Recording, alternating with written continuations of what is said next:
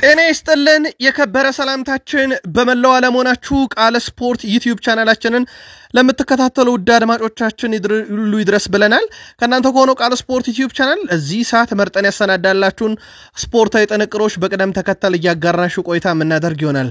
እንደውል ጊዜው እስከ ፕሮግራማችን ፍጻሜ ቆዩ። ላይክ፣ ሰብስክራይብ፣ ሼር አድርጉን። በሐሳብ መስጫ ሳጥናችን ላይ ለምንልኩልን ሐሳብ አስተያየት እጅግ አድርገን አመስጋኝነን። ምናልባት አንድ አድማጫችን ጥያቄ ጠይቀህን ለጥያቄ ምላሽ ከደቡብ አፍሪካ ጭምር መጥቶልሃል ግን አድራሻ ሊገኝ አልቻለም። ምናልባት የማለዳው መረጃችን ኮሜንታችንን ድጋሚ አንብበው ጥያቄ ላክልን። ከዛ ውጪ በዚህኛው የመረጃ ሰዓታችን አንድ ሁለት የአገር ቤት መረጃዎችን እናነሳለን። አፍሪካዊ ጉዳይ ይዘናል።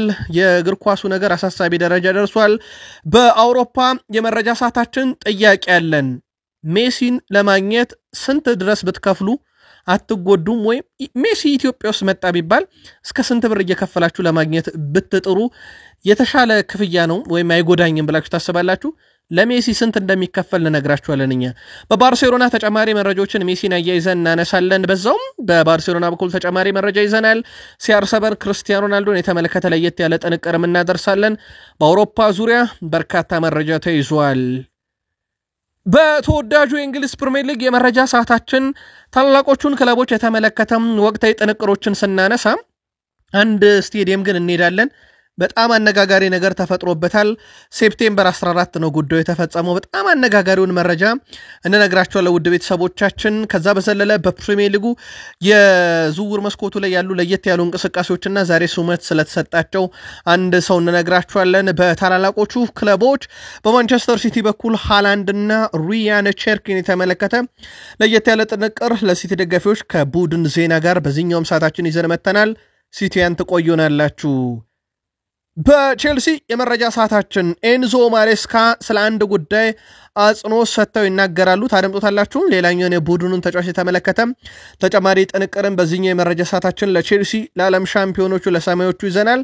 ከዛ በዘለለ በሊቨርፑል የመረጃ ሰዓታችን ስሎትና ደጋፊውን ያላግባባ አንድ ተጫዋች አለም። ቀደም ባለው መረጃችን የተወሰነ ሐሳብ አንስተንበታል። በዚህኛው የመረጃ ሰዓታችን ተጨማሪ ጥንቅር ይዘንበታል። ስለዚህ ሊቨርፑልያንም ከኛ ጋር ትቆያላችሁ። ሐሳብ አስተያየታችሁንም በመረጃው ሰዓት ልታጋሩን ትችላላችሁ። የማይክል አርቴታው ቡድን ድንቅ የመከላከል ሚዛን የሚጠብቅ ቡድን በመከላከሉ ላይ ዘንድሮን በጣም የተለየ ሪከርድም ያለው ነው። በመከላከሉ ግን በሌሎችም ሪከርድ ያዘባቸው በጣም አስደናቂ ቁጥሮችና ራሳቸው ማይክል አርቴታ እናነሳለን። የአርሰናል ተጫዋች ተጎድቷል። በዛሬው ዕለት ተጨማሪ መረጃ ይዘንበታል። አርሰናል ከነኚህ ጉዳት ጋርና ከሚጠብቁ ጨዋታ ጋር አያይዘን ተጨማሪ ጥንቅር እናነሳለን። ከዝውውር መስኮቱ ጋር በተያያዘ ካሁኑ መረጃዎች እየወጡ ነው። የኖቬምበርና ዲሴምበር ወር ትልቅ የመረጃ ምንጮች እንሰማለን። በዝውውር ጉዳይ ላይ በርከት ያለው ቡድን ዜና በአርሰናል በኩል እንደተለመዱ ናቸው። አርሰናላውያን ቆዩን። ዋይኒ ማርክ ሩኒ ስለ ዩናይትድ ለየት ያለ ነገር ተናግሯል። በጣም አነጋጋሪ መረጃን ያጋራው። ይህንን መረጃ እንደወረደ እንነግራችኋለን። ከዛ ውጪ ደግሞ የዩናይትዱን አዲስ ፈራሚን ቤንያሚን ሼሽኮን የተቸበት መንገድ አንድ ተጫዋች በጣም ፈገግም የሚያደርግ መንገድ አለው። የተቸበት መንገድ እንነግራችኋለን። ለዩናይትዳውያን ዩናይትድ በጣም እድለኛው ቡድን ተብሏል። ለመሆኑ ዩናይትድ እድለኛ ነው? በማስረጃ እንነግራችኋለን። ከዛ ውጪ በማንቸስተር ዩናይትድ በኩል ተጨማሪ አዲስ ህግ ይተገበራል ተብሏል። ይሄኛው ህግ ደግሞ ከማህበራዊ ሚዲያ ጋር በተያያዘ ነው። ከዛ ውጪ የዩናይትድን የዝውውር ፖሊሲ በተመለከተ የቀድሞ ዩናይትድ መልማ የሚለን ነገር አለ። በርካታ መረጃ ተይዟል። ላይክ፣ ሰብስክራይብ፣ ሼር አድርጉን።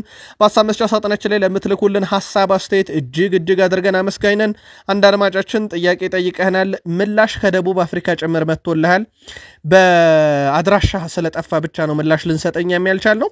በድጋሚ መልእክት ሲኖራችሁ አድራሻችሁ ብታስቀምጡልን ወይ ልናገኛችሁ የምንችልበትን መንገድ ብታስቀምጡልን ደስ ይለናል። ከቃል ስፖርት ዩቲዩብ ቻናል ጋር በድጋሚ መልካም ቆይታ ተመኘን። የኢትዮጵያ ዋንጫ ሁለተኛ ዙር ጨዋታዎች እየተካሄዱ ነው። ቀደም ባለው መረጃ ሁለት ውጤቶችን ነግረናችሁ ነበረ። ተጨማሪ ውጤቶችን እንንገራችሁ። ያልተጠበቀ ውጤት የተመዘገበው በፍጹም ቅጣት ምት ቅዱስ ጊዮርጊስ ተሸንፎ የወደቀበት ጨዋታ ነው። በመጀመሪያ ቀን እንግዲህ የ9 ሰዓት ጨዋታ ውጤቱ አቻ መሆኑን ተከትሎ ማለት ነው። ወደ ቤተሰቦቻችን አርባ ምንጭ ከተማና ቅዱስ ጊዮርጊስ በፍጹም ቅጣት ምት ነበር ለመለየት የተገደዱት። በዚህ መሰረት አርባ ምንጭ ከተማ በፍጹም ቅጣት ምት 5-4 በሆነ ውጤት ድል አድርጎ ወደ ቀጣዩ ዙር ማለፉን እናረጋግጧል። ሌላኛው የኢትዮጵያ ዋንጫ ሁለተኛ ዙር የመጀመሪያ ቀን ጨዋታ ወላይታ ዲቻን የገጠመው ወልዋሎ አዲግራት ዩኒቨርሲቲ 2-0 አሸንፎ ወደ ቀጣዩ ዙር አልፏል።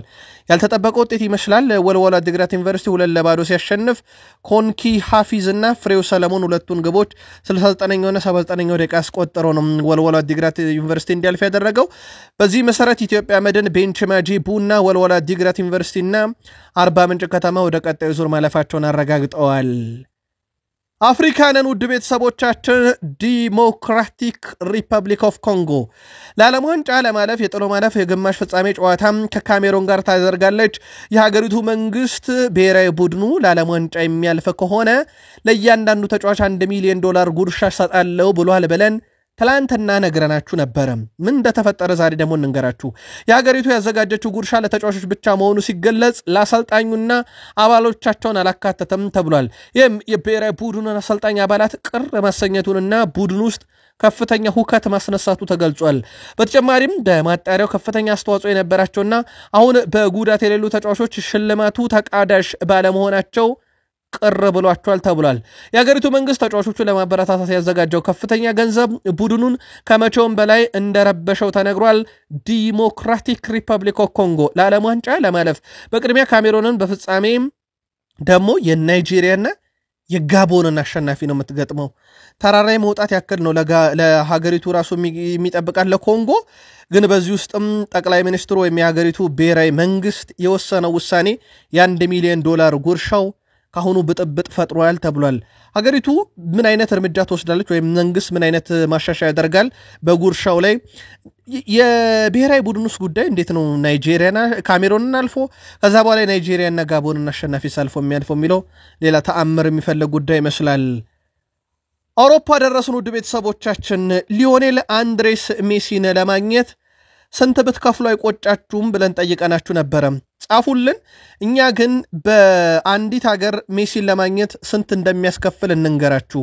አርጀንቲና ኮከብ ሊዮኔል ሜሲ ታህሳስ ወር ውስጥ ወደ ህንድ በማምራት ጉብኝት ያደርጋል። ሊዮኔል ሜሲ በህንድ በሚያደርገው ጉብኝት እንግዲህ ደጋፊዎች እሱን የሚጎበኙበት እድል ተመቻችቷል። ደጋፊዎች ሊዮኔል ሜሲን ለማግኘት ለአንድ ሰው $12,000 ጀምሮ ክፍያ መፈጸም ይጠበቅባቸዋል። አጋጣሚው ደጋፊዎች ከሊዮኔል ሜሲ ጋር የግል ውይይት እንዲያደርጉ እንደሚያስችላቸውም ተገልጿል። በተጨማሪም ከሊዮኔል ሜሲ ጋር ፎቶ የመነሳትና የተፈረመበት ማሊያ የማግኘት እድሎችን ያካተተ ፓኬጅ ተዘጋጅቷል። በሀገረ ህንድ ነው ውድ ቤተሰቦቻችን። $12,000 አሁን ባለውም የሀገሪቱ ምንዛሬ መታችሁት ያዋጣችኋል ወይንስ እናንተ ሜሲን ቁጭ ብሎ ለማውራትና ከሱ የተፈረመበትን መለያ ለመውሰድ ፎቶ ለመነሳት ስንት መክፈል አይጎዳም ብላችሁ ታስባላችሁ? ይህንን ግን እኛ ጋራናችሁ። ክርስቲያኖ ሮናልዶ በተመለከተ በዚሁ አንድ መረጃ እንንገራችሁ። መረጃውን ስካይ ስፖርት ነው ዛሬ በፊት ገጹ ላይ ይዞት የወጣው። ለበርካታ 10 ዓመታት በእግር ኳስ ዓለም ውስጥ የነበረ ምርጡ ተጫዋች፣ ምርጥ ትዝታዎች ያለው ይላል ክርስቲያኖ ሮናልዶን። በርካታ ጨዋታዎችን በአውሮፓ ዋንጫና በዓለም ዋንጫ ያደረገ ተጫዋች፣ ከፍተኛ ግብ አስቆጣሪ፣ በወንዶች እግር ኳስ ታሪክ በሁሉ መድረክ ከፍተኛው ግብ አስቆጣሪን 2026 የዓለም ዋንጫ በኋላ በብሔራዊ ቡድን ደረጃ ላናየው እንችላለን። እሱም በእርግጥ ከሰሞኑ ጫሜን ልሰቅል 1 እና 2 ዓመት ብቻ ነው የቀረኝ ማለቱ ይታወቃል። ከዚህ ጋርም በተያያዘ ስካይ ስፖርት ከ2026 የዓለም ዋንጫ በኋላ ብሔራዊ ቡድኑን ላይወክል እንደሚችልና የሮናልዶ ዘመን እያበቃ እንደመጣ ዛሬ ሰፊ ሀተታ ነው ያስነበበው ስካይ ስፖርትም። ሮናልዶና ሜሲ በእግር ኳስ ዓለም ውስጥ ይተካሉ አይተኩም ሌላ ጥያቄ ነው። ምናልባትም ከባዱ ጥያቄ ነው። ምናልባት ግን ከነሱ ቀጥሎ በአውሮፓ እግር ኳስ ውስጥ ግን ያያችሁት ምርጥ ተጫዋች ማን ነው? እንደ ሜሲና እንደ ሮናልዶ ጓግታችሁ የምታዩት ተጫዋች አሁን በአውሮፓ ዙሪያ ማን ነው? መልከታችሁን አድርሱን። ከዚሁ ጋር በተያያዘ የቀድሞ የስፔን ብሔራዊ ቡድን ተጫዋችና የባርሴሎና ተጫዋች ዴቪድ ቪላ ክርስቲያኖ ሮናልዶ ወይንስ ሜሲ የሚል ጥያቄ ቀረበለት። በእርግጥ ይሄ ለሁሉም የሚቀርብ ጥያቄ ነው። እሱ ምላሹን ሰጥቷል። እኔ ሜሲን መርጣለሁ አለ። ነገር ግን አንድ ነገር በፍጹም መዘንጋት የለበትም ብሎ እኔ በግሌ የምስማማትበትን ሐሳብ ነው እሱ የሚያጋራው። አንድ ሰው የግዴታ ሜሲን ለመውደድ ሮናልዶን መጥላት የለበትም ወይም ሮናልዶን ለመውደድ ሜሲን መጥላት የለበትም ያለው ዴቪድ ቪላ። እሱ በግሉ ሜሲ ለሱ ምርጡ ተጫዋች ቢሆንም ነገር ግን ክርስቲያኖ ሮናልዶ በእግር ኳስ ታሪክ ውስጥ ምርጡም ተጫዋች ነው። እሱን የመሰለም ተጫዋች መድገም ይከብዳል ብሏል። የሊዮኔል ሜሲና የዴቪድ ቪያ ጓደኝነት በባርሴሎና ነው በስፔን ቆይታው በነበረ ሰዓት ላይ ግን እሱ የማይስማማበት ሐሳብ ክርስቲያኖ ሮናልዶንም በጣም እንደሚወደው በእግር ኳስ ባደረገው ነገርም ዓለም ላይ የማይደገም ተጫዋች እንደሆነ አጽንኦት ሰጥቶ ተናግሯል። የሱ ቅድሚያ ምርጫ ግን ሜሲ ቢሆንም እናንተ ግን ሜሲን ለመውደድ ብላችሁ ሮናልዶን ጠልታችኋል ወይንስ ሮናልዶን ለመውደድ ብላችሁ ሜሲን ጠልታችኋል? ተቃራኒው ተፈጥሯል ወይ? መልከታችሁን ጻፉልን። ፔድሪ ከጉዳቱ እያገገመ ይገኛል ወደ ቤተሰቦቻችን። እናም ለጨዋታ የሚደርስበትም ቀን ይፋ ተደርጓል። ከአንድ ወር በኋላ ወደ ሜዳ ይመለሳል። በዲሴምበር 6 ባርሴሎና ሪያል ቤቲስን ያስተናግዳል። ታዲያ ይህ ጨዋታ ላይ ፔድሪ ሙሉ ለሙሉ ከጉዳት አገግሞ ለባርሴሎና አገልግሎት እንደሚሰጥ ተረጋግጧል። ይሄ ለባርሴሎና በጣም አስደሳች የሚባለው ዜና ነው። ቡድኑ በዘንድሮ የውድድር ዓመት ብዙ ቅሬታ እየተነሳበት ያለ ቡድን ነበር። እንዳምነው አይደለም የሚል ጉዳት የተቸገረ ቡድን ነበር። ያንስ ፍሊክ ፍልስፍና ተነቅቶበታል የሚባልም ብዙ ነገር ነበር። ግን አንዱ ፔድሪ ጉዳት በትልቁ ሊጠቀስ ይችላል፣ ተመልሷል። ግን ከፔድሪ ጋር አያይዘን አንድ ተጨማሪ መረጃ ለማንሳት በ2025 የዓለማችን ውድ የአማካይ ስፍራ ተጫዋች እሱ ተመርጧል። በትራንስፈር ማርኬት ፔድሪ 140 ሚሊዮን ወጪ ማስደረግ የሚችል ተጫዋች በመባል በአንደኛ ስፍራ ተቀምጧል። ቫልቬርዴ ሁለተኛ፣ ሶስተኛ ውዱ አማካይ ዴክላን ራይስ፣ አራተኛ ውዱ አማካይ ማካሊስተር፣ አምስተኛ ውዱ አማካይ ኔቬስ፣ ስድስተኛው ፈርናንዴዝ የቼልሲ ኤንዞ ፈርናንዴዝ፣ ሰባተኛ ጉማሬ፣ ስምንተኛ ታይጃኒ ራይንደር፣ ዘጠነኛ ባሬላ ከኢንተር፣ አስረኛ ባሮስ። ይሄ የትራንስፈር ማርኬት የአማካይ ስፍራ ተጫዋቾች በዋጋ ደረጃ ፔድሪ ውዱ ነው ብሏል። ከባርሴሎና አልወጣንም። ወደ ፈረንሳይ ብሔራዊ ቡድን ሲሄድ አለባበሱ በጣም አስገራሚ ነው። በእርግጥ የፈረንሳይ ብሔራዊ ቡድን ተጫዋቾች ፈረንሳይ ሲደርሱ የሚለብሱት ልብስ ሁሌም አነጋጋሪ ነው። ከዚህ ጋር በተያያዘ ጁልየስ ኮንዴም የፈረንሳይ ብሔራዊ ቡድንን ከለየት ካለ አለባበሱ ጋር ተቀላቅሎ ነበረ። ነገር ግን ተጫዋቹ ከፈረንሳይ ብሔራዊ ቡድን ጋር ዛሬ የነበረውን ልምምድ አላከናወነም በጉዳት ምክንያት። በዚህ ምክንያት የዩክሬን ጨዋታ ሊያመልጠው እንደሚችል ሞንዶ ዲፖርቲቮ አስነብቧል። ቀጣዩስ ጨዋታ ይደርሳል ወይንስ ወደ ባርሴሎና ይመለሳል የሚለውን አጣርተን እናመጣዋለን። ባርሴሎና በ2026 የክረምት የተጫዋች ዝውውር መስኮት ሲከፈት ሃሪኬንም እቅዳቸው ነው ይላል ዘጋርዲያን። በርከት ያለው አማራጮችን በሮቤርት ሌዋንዶስኪ ተተኪነት ዝርዝር ውስጥ የያዙት ባርሴሎናዎች በርካታ አማራጮችን እየተመለከቱ ይገኛሉ። ከሰሞኑን ሼሪዮ ጉራሴን የጋላታ ሳሪውን ቪክተር ኦሲሜንን ጨምሮ የአትሌቲኮ ማድሪድን ዩሊያን አልቫሬዝም በዝርዝራቸው ውስጥ ይዘውት እንደነበረ ይታወቃል። አሁን ደግሞ ሃሪኬን ሌላኛው በዝርዝር ውስጥ የተያዘ ተጫዋች ነው። በእርግጥ ሃሪኬንም 30ዎቹን ተሻግሯል። ባየር ሙኒክ ልምዱን ፈልጎት ወይንስ በገንዘብ ደረጃም ቢሆን ከ65 ሚሊዮን ዩሮ በላይ ወጪ ሊያስወጣ ይችላል። ግን በዝርዝር ውስጥ ተካቷል። እስካሁን በባርሴሎና የ9 ቁጥር ዝርዝር ውስጥ ከሚያዙ ተጫዋቾች ውስጥ ባርሴሎናውያን የሮቤርት ሌዋንዶስኪ ትክክለኛ ተተኪ ወይም እሱን ሊተካ የሚችል ምርጡ አጥቂቱ ነው ብላችሁ ታስባላችሁ? አድርሱን። ፍራንኪ ዲዮንግ ዘንድሮ ህልሜና ዓላማዬ ሁሉ ከባርሴሎና ጋር የአውሮፓ ሻምፒዮንስ ሊግን ዋንጫ ማሳካት ነው ብሏል። ወደ ክለቡ ከመጣው በኋላ በትልቁ የምጠብቀው ዋንጫ ብሏል። በእርግጥ ባርሴሎና በሀገረ ስፔን ያሉ ውድድሮችን ጠራርጎ እንደወሰደ ይታወቃል አምና። ስለዚህ የባርሴሎና ተጫዋቾች የውስጥ ውድድሮች ጥማታቸው ወጥቷል። አሁን የቀራቸው ሻምፒዮንስ ሊግ ነው። ሃንሲ ፍሊክም ከሰሞኑ ንግግራቸው የኛ ፍላጎት የአውሮፓ ሻምፒዮንስ ሊግ ነው፣ እሱን ዋንጫ ለማንሳት ጓጉተናል ብሏል። ፍራንኪ ዲዮንግም ይሄንን ደግሞታል። ሻምፒዮንስ ሊግን ዘንድሮ ማሸነፍ ፈልጋለሁ ብሏል። ግን ጅማሬያቸው ከአምናው ዘንድሮ ትንሽ ጠንከር ያለ አይደለም። የባርሴሎናም የአውሮፓ ሻምፒዮንስ ሊግ ጅማሯቸው ብዙ እየተፈተኑ ነው። በክለብ ብሩጅ የመጨረሻ 4ኛ ሳምንት ጨዋታቸውን ይሄ ከመሸነፍ የተረፉበት ጨዋታ ማለት ይቻላል። ምክንያቱም የተሻረችው ግብ በጣም አጨቃጫቂ የነበረች ክለብ ብሩጅ መርቷቸውም ነበረ። ከባዱን ምሽት እያሳለፉ ነው በአውሮፓ ሻምፒዮንስ ሊግ። ግን ዘንድሮ ለዛ ነው ብሏል ፍራንኪ ዲዮንግ። ሪያል ማድሪድ ደረስን። የተጫዋች ጉዳት በሪያል ማድሪድ ቤት በየሳምንቱ ነው የምንሰማው። ከሰሞኑ ፍራንኮ ማስታንቱኖ ጉዳትን በተመለከተ ተጫዋቹ ያጋጠመው ጉዳት ልክ እንደ ላሚን ያማልና ኒኮ ዊሊያምስ ያለ ጉዳት ነው። ይህም ጉዳት የመጣው ደግሞ ወደ ቤተሰቦቻችን በጣም አድካሚ ቀናቶችን ከማሳለፍ ጋር በተያያዘ ነው ተብሏል። የላሚን ያማልስ በብዙ ነገር ተሳቧል። የኒኮ ዊሊያምስ እና የፍራንኮ ማስታንቱኖ ግን አልተገለጸም። ለማንኛውም ተጫዋቹ በተመለከተ ረፍት እንደሚያስፈልገው ማርካ አስነብቦ የረፍት ጊዜ እያደረገ ነው ብሏል። ተጫዋቹ በቀጣይነት መች ወደ ሜዳ ተመልሶ ለሪያል ማድሪድ 100% ግልጋሎት ይሄ ከነፊትነሱ ተገኝቶ ግልጋሎት ይሰጣል በሚለው ጉዳይ ላይ የሕክምና ባለሙያዎች እንግዲህ የሚያስቀምጡት ውሳኔ ይጠበቃል ብለዋል። ነገር ግን ይሄንን ጉዳቱን በተመለከተ የጊዜ ቀነ ገደብ የለውም ነው ያለው ማርካ። ይሄም በክለቡም ጭምር አልተቀመጠም። ስለዚህ በቀጣይ ሕክምና ባለሙያዎች ፍራንኮ ማስታንቱኖ ሙሉ ለሙሉ ከዚህ መዋገግሞ ይሄ ላሚን ያማልም እና ኒኮ ዊሊያምስን ካጋጠማቸው አይነት ጉዳት ሙሉ ለሙሉ አገግሞ መች ይጫወታል በሚለው ጉዳይ ላይ ግን ተጨማሪ መረጃ ካገኘን እናጋራችኋለን።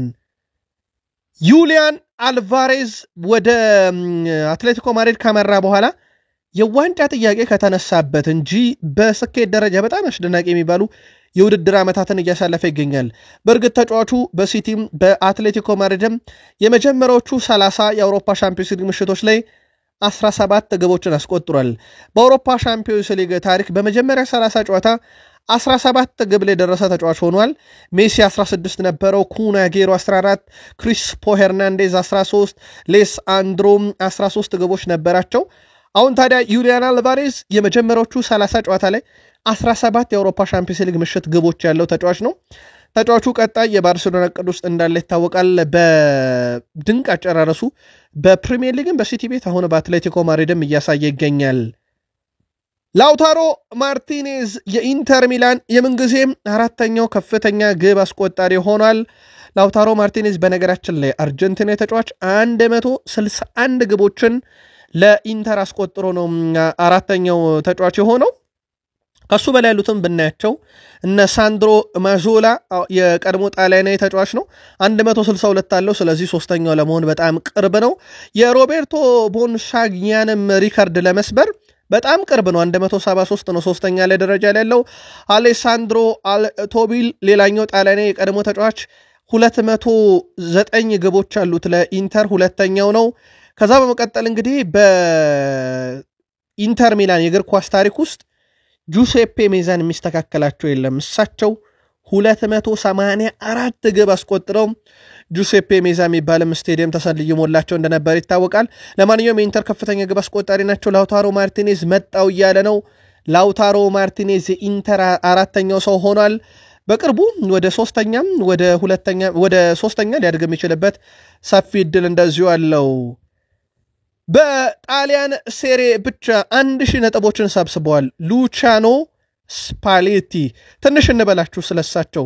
ከ1000 በላይ ጨዋታዎችን በአሰልጣኝነት ህይወታቸው መርተዋል ተብሏል። ወደ 50 በመቶ የተጫወቱትን ጨዋታ ያሸንፋሉ። ናፖሊ ጋር የ2022-23 የሴሪ ዋንጫ ባለቤት ናቸው። ከዜኔት ሲተርስበርግ ጋር በሩሲያ ፕሪሚየር ሊግ 2 ጊዜ ሻምፒዮን ሆነዋል። ከሮማ ጋር ኮፓ ኢታሊያን 2 ጊዜ አንስተዋል። የእሳቸው የታክቲክ እውቀታቸው በብዙ ይነሳላቸዋል። የሚታወቁበት የ4-2-3-1 ፎርሜሽን እና 3-5-2 ይሄ ለጥጠው ሜዳውን የሚጫወት ቡድን በእሳቸው ዘመን አይተን ነበረም። እሳቸው በአሰልጣኝነት ዘመናቸው የጣሊያን ብሔራዊ ቡድንን እስከ 2023 አሰልጥነዋል። ኢሮንም 2023 ተረክበው እስከ 2024 ኢሮንም አብረው አሳልፈዋል። እሳቸው በአሰልጣኝነት ዘመናቸው ታዲያ በኢምፖሊ 1993 አንድ ብለው የጀመሩት የአሰልጣኝነት ዘመናቸው አሁንም እንደቀጠለ ነው።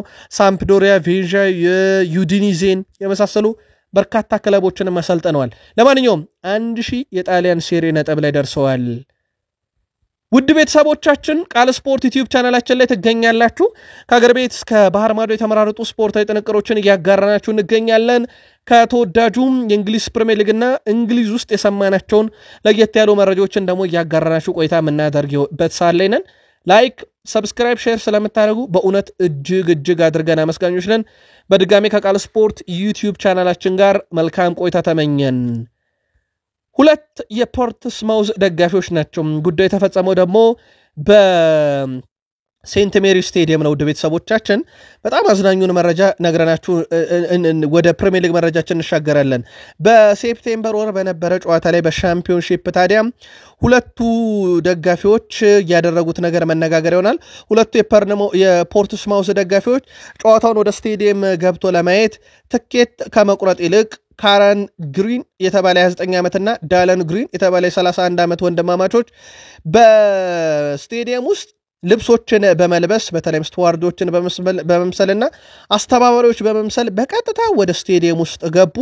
ከዛ በኋላ ጨዋታቸውን ከምክመው ሲወጡ በተደረገ ማጣራት ምንም አይነት የሥራ ድርሻ ያልነበራቸውና ልብሱን ከየት አምጥተውት እንደሆነ ባይታወቅም ለብሰው ወደ ሜዳ ገብተው ያንን ጨዋታ እንደተመለከቱ ተረጋገጠ። አሁን ለሚቀጥሉት 3 ዓመታት ስቴዲየም ዝር እንዳይሉ ቅጣት ተጥሎባቸዋል። የበርንማውዝ አማካይ ዴቪድ ብሩክ ከ4 ዓመት በፊት በካንሰር ተይዞ የነበረ ሲሆን አሁን ካንሰርን አሸንፎ ወደ እግር ኳስ ሕይወት በመመለስ ለብዙዎች ተስፋ የሰጠ ተጫዋች እንደነበረ ይታወቃል። አሁን ደግሞ ሌላ በጣም አስደናቂ ነገር በሕይወቴ መጥቷል ብለዋል። ከካንሰር ህመም የዳነው ዴቪድ ብሩክ አሁን ደግሞ የሴት ልጅ አባቶኝ ያለውና ላደረጋችሁልኝ ድጋፍ ከጎኔ ለነበራችሁ ሁሉ ምስጋናዬን አቀርባለሁ ብሏል። ከካንሰር ህመም እስከ ሴት ልጅ አባትነት 4 ዓመት ብቻ ነው የፈጀበት ዴቪድ ብሩክ። የቀድሞ የፕሪሚየር ሊግ ሀያላን ክለቦች ተጫዋች ነበረ ሮዝ ባርክሌ። በኤቨርተን እናውቀዋለን በደንብ ሮዝ ባርክሌን። በነገራችን ላይ አሁን በአስቶን ቪላም ቤት ነው የሚገኘው። አስቶን ቪላም ትልቅ ቡድን ነው።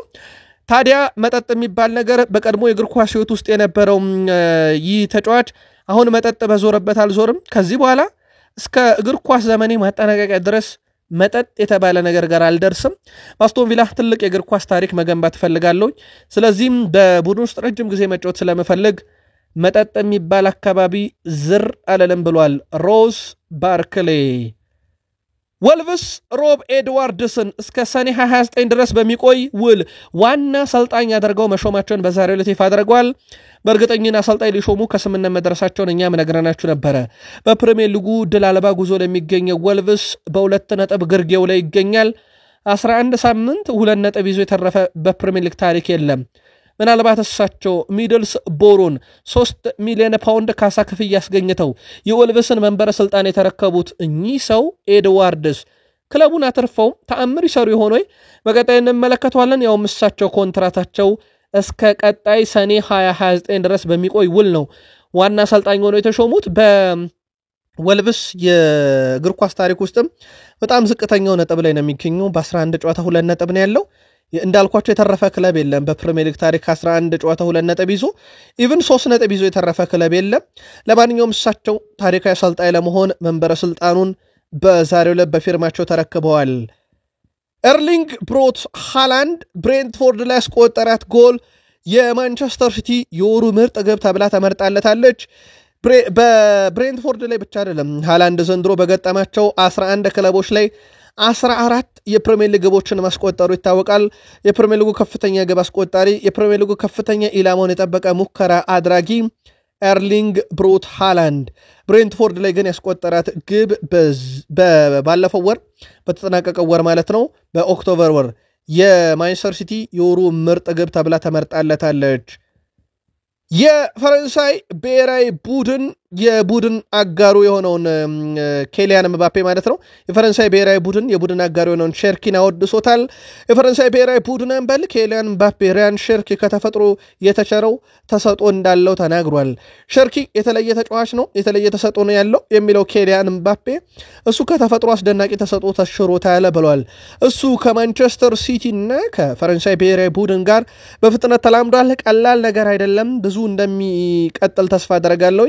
ግን በሲቲም ቤት ያለውን ብቃቱን ተመልክቻለሁ፣ በጣም አስደናቂ ጅማሮ ብሏል። ለሲቲ ሲፈርም ካስታወሳችሁም እኔ ኳስ በያዝኩ ቁጥር ደጋፊዎች ከመቀመጫቸው ብድግ ይላሉ ብሎ ነበር። አሁን ደግሞ ከሃላንድ ጋር ያላቸው ጥምረት በጣም አስደናቂ ሆኗል። ሃላንድም መስክሮለታል። አሁን ተረኛው መስካሪ ኬሊያን ምባፔ ሆኗል። ኤንዞ ማሬስካም በጣም አስፈላጊው ነገር እድሜ ምንም ይሁን ምን ተጫዋቾች ጥሩ ተጫዋች መሆናቸው ነው ብለዋል። በእርግጥ ወጥ ሲሆኑ የተሻሉ እንዲሆኑና አንዳንድ ስህተቶች እንዲሰሩ መፍቀድ አለብን። ስህተቶች የሂደቱ አካል ናቸው፣ ግን እኔ እድሜን ታርጌት አላረግም ብለዋል። ምክንያቱም ከሰሞኑ ቡድናቸው ለዋንጫ አንጠብቅም ተስፋ እናረግም የቼልሲን ቡድን ሲሉ እንደ መከራከሪያ ሌጀንዶች ያነሱት በተለይ አንደኛው ጆን ኦቢ ሚካኤል ነው። የቼልሲ ተጫዋቾችን የእድሜ ጉዳይ ነው፣ ምክንያቱም ቡድኑ ልምድ የለውም ጥራት እንጂ ልምድ የለውም እና ልምድ የሌለው ቡድን ደግሞ ፕሪሚየር ሊግ ዋንጫ ሊያሸንፍ አይችልም፣ እኔ ሰጋለሁ ሲል ኤንዞ ማሬስካ ግን በጣም አስፈላጊው ነገር እድሜ ሳይሆን ጥሩ ተጫዋች መሆን ነው። ስህተቶች ይኖራሉ፣ ወጣት ሲሆን የተሻሉ እንዲሆኑ እንዲሳሳቱ ልንፈቅድ ይገባል፣ ግን ዋናው ምርጥ መሆናቸው ነው እያሉ ይገኛሉ። ምናልባት የጆን ኦቢ ሚካኤል ወይንስ የማሬስካን ሀሳብ ተስማማላችሁ? ምልከታችሁን ቼልሲያን አድርሱን። ራሂም ስተርሊንግ በቼልሲ ዝርፊያ እንደገጠመው ከሰሞኑ ነግረናችሁ ነበረ። በነገራችን ላይ ወደ ቤተሰቦቻችን ይህ ተጫዋች ዝርፊያ ሲያጋጠመው የመጀመሪያው እንዳልሆነ ተረጋግጧል። 2022 ላይም ከዚህ በፊት ዝርፊያ ገጥሞታል። ስለዚህ ለሁለተኛ ጊዜ ነው ዝርፊያ ያስተናገደው። ተጫዋቹ ለቼልሲ ምንም ጨዋታ እያደረገ አይደለም። ቼልሲዎች እንዲለቃቸው ሁሉ የተማጸኑት ተጫዋች እንደሆነ ይታወቃል። ውድ ቤተሰቦቻችን ከዚህ ጋር በተያያዘ ታዲያ በተጫዋቹ በኩል ለሁለተኛ ጊዜ ነው ዝርፊያ የገጠመው። መረጃውን ESPN አጋርቶታል። ከሰሞኑ አንድ መረጃ በስፋት ቼልሲ ቤት እየተሰራጨ እንደነበረ ይታወቃል። እኛም በጥቂቱም ቢሆን ይህን መረጃ ለቼልሲ ደጋፊዎች አጋርተነው እንደነበረ ይታወቃል። አሁን በርከት ያሉ ምንጮችም እያጋሩት ነው፣ ፋብሪዚዮ ሮማኖም ጭምር። የምዕራብ ለንደኑ ክለብ ቼልሲ ስሙ ከሪያል ማድሪድ የፊት ወሰር ተጫዋች ሮድሪጎ ጋር እየተያዘ ይገኛል። ይሁን እንጂ ቼልሲዎች ሮድሪጎን የማስፈረም ፍላጎት አላቸው መባሉን ውድቅ አድርገዋል። ሮድሪጎ በጥር የተጫዋች ዝውውር መስኮት ሪያል ማድሪድን ይለቃል ተብሎ አይጠበቅም የተባለው ኤንድሪክ ኦሎምፒክ ሊዮንን በውሰት ለመቀላቀል መቃረቡን ተከትሎ ሮድሪጎ በክለቡ ይቆያል የተባለው። ይሁን እንጂ ሮድሪጎ በሚቀጥለው ክረምት የተጫዋች ዝውውር መስኮት ወደ ሌላ ክለብ የሚያመራበት እድል ሊኖር ይችላል ተብሏል። በሌላ ዜና የሪያል ማድሪዱ ፕሬዚዳንት ፍሎሬንቲኖ ፔሬዝ ከአሰልጣኝ ዣቪ አሎንሶ ጎን መቆማቸውን ሲናገሩ የሮድሪጎ ጎኤዝንም ስንብት ሊያፈጥነው ይችላል እየተባለ ነው። እሳቸው እስከቆዩ እሱ አይጫወትም፣ ግን ወደ ቼልሲ የሚያመራው ጉዞ እርግጥ አይደለም ወይም ደግሞ የቀረ ዝውውር ብሎታል ፋብሪዚዮ ሮማኖ። ስለዚህ ቼልሲዎች ጥር ላይ ምናልባት ሌላ ከዋክብት ላያመጡ የሚችሉበት እድል አለ ማለት ነው። በያዝነው የውድድር ዓመት በተለይም ክረምት አካባቢ ላይ የዝውውር መስኮቱ ላይ ማለት ነው ሊቨርፑል ካጣቸው ተጫዋቾች ውስጥ 65 ሚሊዮን ፓውንዱን ያፈሰበት ግን ኮሎምቢያውን በጣም ወሳኙን ተጫዋች ያጣበት ክረምት ነበረ። ይህንን ጉዳይ ቀደም ባለው መረጃችን አድርሰን ነበረ በዩቲዩብ ገጻችን በሌላኛው። ታዲያ ከዚህ ጋር በተያያዘ ዲያስ ከለቀቀ በኋላ በሊቨርፑል ቤት እሳቸው አሰልጣኝ አርኔ ስሎት የምንተካበት ብዙ አማራጭ አለ ብለው ከሲኒየር ተጫዋች እነ ጋክፖን እነ ፍሎሪያን ቬርዝን ኤኬቴኬን እዛ ማጫወት እችላለሁ ብለው ሌላ አንድ ስም ጠርተው ነበረ። የ17 ዓመቱን እንግሊዛዊ ታዳጊ ሪዮ ንጉማን። በጣም አስደናቂ ተጫዋች ስለመሆኑ ጥርጥር የለውም። እንደውም ካስታወሳችሁ ሪዮ ንጉማ በብቃቱ ምክንያት የሪያል ማድሪድም ስም ሲነሳ ነበር የተጫዋቹ ፈላጊ ነው በሚል። ተጫዋቹ ግን በአርኔ ስሎት ስር በአጠቃላይ የተሰጠው የጨዋታ የመጫወቻ ደቂቃ 20 ደቂቃዎችን ያህል ነው።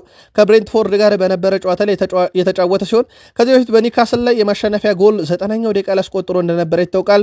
ንጉማ ለሊቨርፑል ከ18 ዓመት በታች ከ19 ዓመት በታች እና ከ21 ዓመት በታች ላሉ ቡድኖች መጫወት ይችላል። ነገር ግን በዚህ ጊዜ ከዋናው ቡድን ጋር በስብስቡ በመካተቱ ምክንያት የታችኛውም ጨዋታ እያመለጠው ነው፣ የዋናውን ቡድን ጨዋታ እያሰለፉት አይደለም። በዚህም አሰልጣኝ አርኔ ስሎት ትችት እየቀረበባቸው ይገኛል። ተጫዋቹን ባለመጠቀማቸው ምክንያት ሪዮ ንጉማ የጨዋታ ጊዜ በማጣቱ ምክንያት የእንግሊዝ ከ17 ዓመት በታች ቡድን በኳታር በሚካሄደው የፊፋ ዓለም ዋንጫ ላይ እንዳይሳተፍም እንዳደረገው ይታወቃል። ይህም ትችት እንዲያስተናግዱ አድርጓቸዋል። ወይ ወደ ታችኛው የ21 ዓመት በታች የ17 ዓመት በታች የ18 ዓመት በታች ቡድን ለምን አይለቁትም ካላጫውቱትም በሚል ትችት እየቀረበባቸው ነው። የማይክል አርቴታ ቡድን ሲከላከል ሪከርድ ሰባሪ ነው በፕሪሚየር ሊጉ። ምክንያቱም አሁን ራሱ የተቆጠረበት የግብ ብዛት 11ኛ ሳምንት 5 ነው። ውድ ቤተሰቦቻችን ኦልሞስት በጨዋታ ከ1.7 ያልበለጠ ግብ ያስተናግዳል እንደማለት ነው። ከዛም በታች ነው። ኦልሞስት በጣም ዝቅተኛ ነው። ኦልሞስት የአርሰናል የመከላከል ጥንካሬ ዘንድሮ ጠንካራ ነው። ግን ደግሞ በዛው ልክ አርሰናል 3ኛ የሜዳ ክፍል በተከላካዮች መሃል ኳሶችን በማቀበል የሚስተካከለው የለም። 40 ኳሶችን በተከላካዮች መሃል ከአጥቂው ጋር አገናኝተዋል የአርሰናል አማካዮች። ይሄ ቀዳሚ ቡድን ያደርገዋል። ሁለተኛው ቡድን ማንቸስተር ዩናይትድ ነው። በተከላካይ መካከል 35 ኳሶችን ለአጥቂ ወይም ፊት ለፊት ላይ ለቆመ ተጫዋች አድርሰዋል። ሊቨርፑልን በተመሳሳይ 35 አለው ሁለተኛ፣ ሲቲ በ32 አራተኛ፣ ስቶን ቪላ በ28 አምስተኛ፣ ኤቨርተን፣ ክሪስታል ፓላስ፣ ቼልሲ 8ኛ ነው፣ በርንማውዝ፣ ዌስትሃም እያለ ይቀጥላል። በቢግ ሲክስ ደረጃ ቶትናሞች ናቸው በዚህ ዝቅተኛ 4 ኳስ ብቻ ነው በተከላካይ መሃል ሰንጣቂ ኳሶችን ያቀበሉት። አርሰናል ግን ሲከላከለ ብቻ ሳይሆን በማጥቃትም ቀጠና ላይ እንደዚህ አይነት አደገኝነት ቁጥር አለው ብሎም ዛሬ በፊት ገጹ ላይ ዞት የወጣው ደግሞ ዘ አትሌቲክ ነው። ማይክል አርቴታ ሌላ ለየት የሚያደርጋቸው መረጃ እንንገራችሁ። እሳቸው በአሰልጣኝነት ዘመን ብቻ አይደለም በአርሰናል የምናውቃቸው ሲጫወቱም ጭምር ነው። ታዲያ በፕሪሚየር ሊግ ታሪክ ለአንድ ክለብ ተጫውተው ያንኑ የተጫወቱበትን ክለብ በማሰልጠን በርካታ ነጥብ የሰበሰቡ አሰልጣኝ ማይክል አርቴታ ናቸው። ማይክል አርቴታ በጨዋታ 1.97 ነጥብ በመሰብሰብ ቀዳሚ አሰልጣኝ ሆነዋል።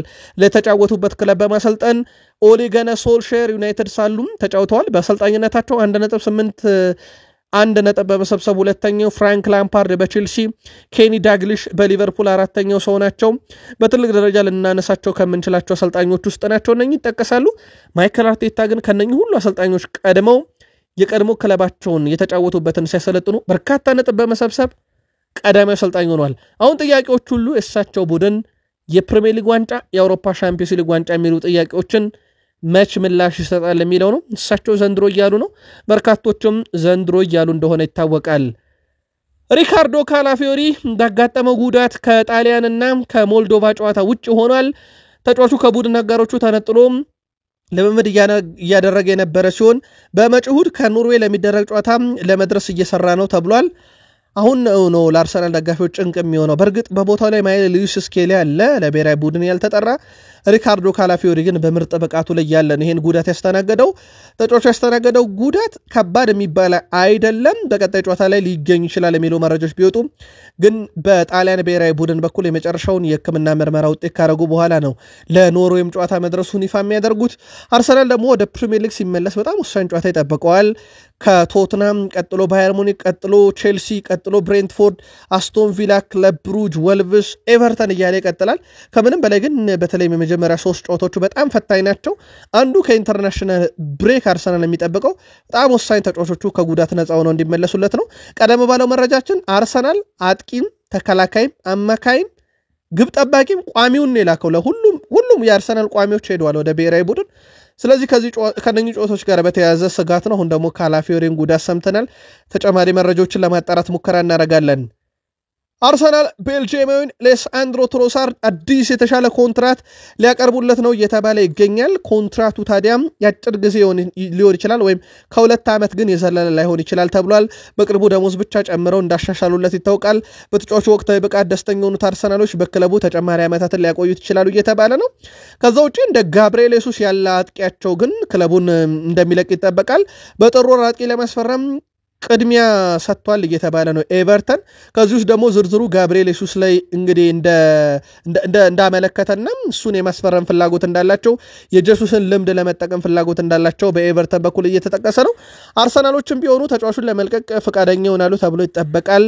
ምናልባት በወቅታዊ ጉዳይ ሃቨርዝ እና እንደዚሁም ቪክተር ዮኬሬሽ በቶሎ የሚመለሱና ወደ ፊትነሳቸው የሚመጡ ከሆነ የጀሱስ ጥር ላይ መሸጥ የሚቀር አይመስልም። አርሰናሎችም ተጫዋቹን ሊሸጡት ስለሚችሉ ስካይ ስፖርት ነው ዛሬ በዘገባው ይዞት የወጣው። በዘንድሮ ፕሪሚየር ሊግ በየጨዋታ በአማካይም ጥቂት ሙከራ ብቻ የሚያስተናግዱ ክለቦች አርሰናል ነው። 7.4 ብቻ ነው በጨዋታ በአማካይ የሚያስተናግደው። ሲቲ 9.2 ሁለተኛ፣ ቼልሲ 9.5 ሙከራ በጨዋታ ያስተናግዳል። በአማካይ ጥቂት ሙከራ የሚያስተናግዱ ክለቦች ውስጥ ማለት ነው። አርሰናል መከላከሉ ብቻ ሳይሆን አደጋ እንዳይፈጠር አማካዩ ምን ያህል ታትሮ እንደሚሰራ ማሳያ ነው። ሌላው ግን ከኢንተርናሽናል ብሬክ በኋላ አርሰናል ካለበት ጨዋታ ቶትናም ይጠቀሳል። ከዛ ባየር ሙኒክ ብለናል። ከዛ ሶስተኛው ቼልሲ ነው። የአርሰናል እጣ ፈንታ ቀጣይ በፕሪሚየር ሊግ 2 ተከታታይ ደርቢ ጨዋታዎችን ማድረግ ነው። ቼልሲ ለመጨረሻ ጊዜ አርሰናል በስታንፎርድ ብሪጅ ያሸነፈው የዛሬ 7 ዓመት በ2018-19 የውድድር ዓመት ነበር። አሁን ሌላ ፈተና ይጠብቀዋል ማለት ነው አርሰናል ስታንፎርድ ብሪጅ ላይ። ያው የቶትናሙ ጨዋታ በኤምሬትስ ስቴዲየም እንደሚደረግ ይታወቃል። ዋይኒ ማርክ ሩኒ አንድ ነገር አጽንኦት ሰጥቶ ዛሬ ተናግሯል። ዋይኒ ሩኒ ባለፉት ጥቂት ክረምቶች ውስጥ ማንቸስተር ዩናይትድ የነበረው የምልመላ ሂደት በጣም ከባድና መጥፎ ነበር ብሏል። ትልቅ ስሞች እያመጡ ነበረ ይላል። ለአብነት ያክል ሮሜሎ ሉካኮ፣ ዝላታን ኢብራሂሞቪች፣ ፖል ላቤሌ ፖግባን ስንመለከት ጥሩ ተጫዋቾች ናቸው። ነገር ግን ስማቸውን ነው ያመጡት። ብዙ ገንዘብ አውጥቷል፣ ብዙ ገንዘብ ፈሰስ ተደርጓል። ይህ ትልቅ ስህተት ነበር ብሏል በዩናይትድ ዝውውር ውስጥ። ስለዚህ ማንቸስተር ዩናይትድ ለቡድኑ የሚጠቅሙ ቡድኑን ሊያሻግሩ የሚችሉ ዋንጫ የሚያመጡ አብዮት የሚያስቀጥሉ እንጂ ስም ያለው ተጫዋች ብቻ ማምጣቱ ስህተት ነበረ። ያ ነገር አሁን ተቀርፏል እያለ ነው በነ ሰር ጂም ራትክሊፍ ዘመን። እነዚህ ስህተቶች ለማሻሻል ጊዜ እንደሚወስድ አውቃለሁ። አሁን ግን ያ ነገር ተሻሽሏል። በማንቸስተር ዩናይትድ በኩል ስም ካለው ተጫዋች ይልቅ ለቡድኑ የሚጠቅም ማምጣት ላይ ትኩረት እየተደረገ ነው። አሁን ይሄ መሻሻል ነው ብሏል። ይህን ሀሳቡን ግን ትሮይ ዲኒ ለየት ባለ መንገድ ነው የገለጸው። የቀድሞ እንግሊዝ የፊት ወሰር ተጫዋች ትሮይ ዲኒ ቤንያሚን ሼሽኮ ለቡድኑ እያበረከተ የሚገኘው ነገር አልታየኝም ብሏል። ትሮይ ዲኒ ስለ ሴስኮ ሲናገርም ሲያዩት ቁመቱ ረጅም ነው ብሎ ከአንዲት እንስሳ ጋር አነጻጽሮታል። እንደውም የቁመቱን ሁኔታ እና ያቺን እንስሳ ነው የሚመስለው የቁመቱ ነገር ግን ለቡድኑ ያደረገው ነገር ፈጽሞ አልታየኝም ብሏል። የቀድሞ የዋትፎርድ ተጫዋች ትሮይ ዲኒ አያይዞ እሱ 1 ሜትር ከ93 ይረዝማል፣ ነገር ግን እኔ አንዳንድ ጊዜ ከሱ የተሻለ ጠንካራ እንደሆንኩ ይሰማኛል እያለ ነው። የቀድሞ የዋትፎርድ ተጫዋች ይህንን የማንቸስተር ዩናይትድ ቁመተ መለሎ ተጫዋች ሜዳ ውስጥ መሮጥ እንኳን እየቻለ አይደለም፣ እርሱ አሁን እያደረገ ከሚገኘው ነገር በእጥፍ እኔ የተሻለ ማድረግ እችላለሁ እያለ ይገኛል። በዚህን ያክል ደረጃ ሊተች የሚችል አቋም ነበር ወይ የተመለከታችሁበት? ግን የዩናይትድ ደጋፊዎች ትሮይ ዲኒ ከስካይ ስፖርት ጋር በነበረው ቆይታ በዚህ መልኩ ተችቶታል። ዩናይትድ እድለኛ ነው እያለ ነው ስካይ ስፖርት። በተለይም ቀጣይ በሚደረጉ 5 የፕሪሚየር ሊግ ጨዋታዎች የዩናይትድ ተጋጣሚዎችን በተመለከተ ደካማ ከመሆናቸው የተነሳ ዩናይትድ 20ኛው ክለብ ሆኗል። በቀጣይ የሚያደርጋቸው ጨዋታዎች የጥንካሬ ደረጃ በጣም ፈተና የሚበዛው ለሊድስ ነው ይላል የስካይ ስፖርት ዘገባ። ስካይ ስፖርት ለሊድስ ከባድ 5 ሳምንቶች ከኢንተርናሽናል ብሬክ በኋላ አሉ ሲል ፉልሃም ሁለተኛው በጣም ከባድ ሳምንት የሚያሳልፈው ነው ብሏል። ምናልባት ከቢግ 6 ክለቦች በጣም ከባድ ሳምንት በመያዝ በደረጃ ሰንጠረዥ ካየን አርሰናል 7ኛው ቡድን ሆኗል በፕሪሚየር ሊግ በጣም ጠንካራ ተጋጣሚ ያለው። ቀጥሎ ቼልሲ ነው 12ኛ ደረጃ ተቀምጧል በጣም ጠንካራ ተጋጣሚ ያለው። ሲቲ 14ኛ ደረጃ ላይ ተቀምጧል። ስፐርስ 15ኛ ደረጃ ላይ፣ ሊቨርፑል 19ኛ ነው ያለው ጠንካራ ተጋጣሚ ያለው በሚል ወይም ተጋጣሚዎቹ በጣም ደካማ ናቸው በሚል ዩናይትድ 20ኛው ክለብ ነው በጣም ደካማ ክለብ ነው የሚገጥመው በሚል ማለት ነው። ስለዚህ በፕሪሚየር ሊግ ከቢግ 6 አርሰናል ነው በጣም ጠንካራ ተጋጣሚ ያለው ብሏል። ዩናይትድ በጣም ዝቅተኛ ጥራት ያላቸው ተጋጣሚዎች አሉትና ዩናይትድ በርካታ ነጥቦችን ለመሰብሰብ የተሻለው ቡድን ነው በቀጣይ 5 ጨዋታ የሚል መረጃ ነው ስካይ ስፖርት ይዞ የወጣው። እውነቱን ለመናገር የ23 ዓመቱ የማንቸስተር ዩናይትድ ግብ ጠባቂ 23 ዓመቱ ብቻ አይመስለም ብሏል ጆን ኦቢ ሚካኤል። በጣም የተረጋጋ ነው፣ ጫጫታዎች አያስደነግጡም፣ ድራማ የሌለበት ኳሶችን ያድናል። በተጫዋቹ በኩል ሚዲያ ላይ ወጥቶ የተለየ ነገርን ሲፈጥር አታየውም። የማንቸስተር ዩናይትድ በረኞች መገለጫ ዲኤንኤን እያየውበት እገኛለሁ። በጣም የገረመኝ ነገር ግን ይላል ጆን ኦቢ ሚካኤል እንዴት ይህንን ግብ ጠባቂ ለመስፈረም ዩናይትድ ፉክክር አልገጠመው የሚለው ግን በጣም አስገርሞኛል ብሏል። ምናልባት ከመላመድ ጋር በተያያዘ ግን ጆን ኦቢ ሚካኤል ጊዜ ሊፈልግ ይችላል ያለ ሲሆን እውነት ግን ለመናገር የዚህ በረኛ የ23 ዓመት ልምድ ሳይሆን የመረጋጋቱ ደረጃ በጣም ልምድ ያለው በሳል ጫጫታ የማያበዛ ሆኖ አይቼዋለሁ ብለዋል። ማንቸስተር ዩናይትድ የትኛውም የክለቡ ሰራተኛ ክለቡ ፍቃድ ያልሰጠውን የትኛውም ጽሁፍ በማህበራዊ ሚዲያ እንዳያጋራ ተከልክሏል። የማንቸስተር ዩናይትድ ሰዎች በማህበራዊ ሚዲያ ላይ ከሰሞኑ ባደረጉት ማጣራት በርካታ አላስፈላጊ ልጥፎች ከማንቸስተር ዩናይትድ ጋር በተያያዘ በሰዎች አማካኝነት ሚዲያ ላይ መሰራጨታቸውን አረጋግጧል።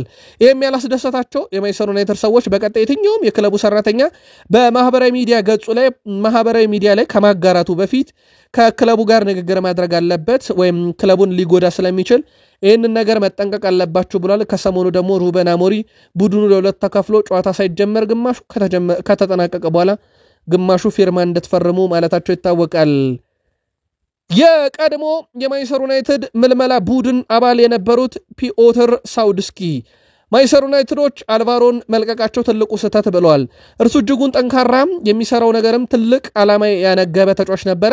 እርሱ በደንብ የማውቀው በማንቸስተር ዩናይትድ በነበርኩበት ጊዜ ነው። በግልም ብዙ ጊዜ አውርተናል ብለዋል። እሱ ትልቅ ተጫዋች የመሆን እምቅ አቅም አለው። በእግር ኳስ ታሪክ ከምን ጊዜ ምርጥ የመስመር ተመላላሽ ተጫዋችም አንዱ መሆን እንደሚችል አቅም አለው። ሰሞኑን እርሱ በላሊጋ ከሪያል ማድሪድ ጋር እያሳየው ያለው ብቃት ማሳያ ነው። ዩናይትድ ትልቅ ስህተት ሰርቷል በዚህም ዝውውር ብለዋል።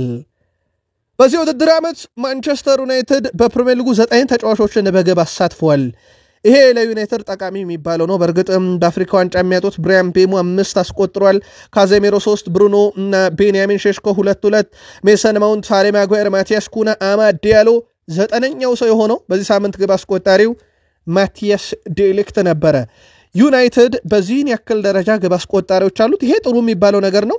ከአምናው በብዙ ነገር ተሻሽሏል። የማዕዘን ምት የሚጠቀም ወይም የቆመ ኳስ የሚጠቀም ቡድን ሆኗል። አምና በጣም ደካማ ከነበረበት ሁኔታ ውስጥ ነው።